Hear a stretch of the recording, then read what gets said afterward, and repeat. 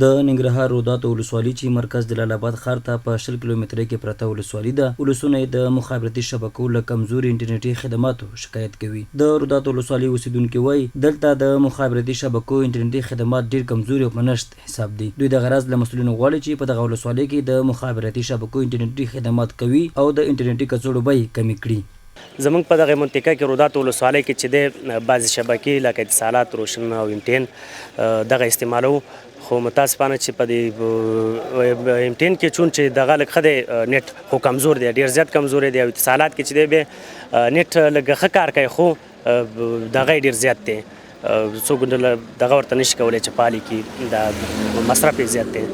موږ د شبکې والا نه دا غواړو چې د انټرنیټ ډېر لوړ دی او هغسې کار نه کوي چې څنګه سړي زړه وغواړي او کومه پیسې مصرفېږي په هغه طریقه باندې نه کېږي. باید موږ غواړو چې دلته اسانتیاوې راوړي.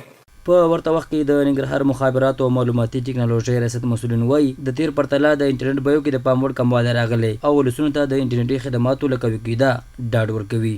دا موږ د نورو هیوادونو نه دا فایبر راوستلی دی او نیټ چې د دې خامخا په دویم دریم لاس باندې اخیستل شوی دی. د دې سره یو څه نرخونه قیمته شوي دي.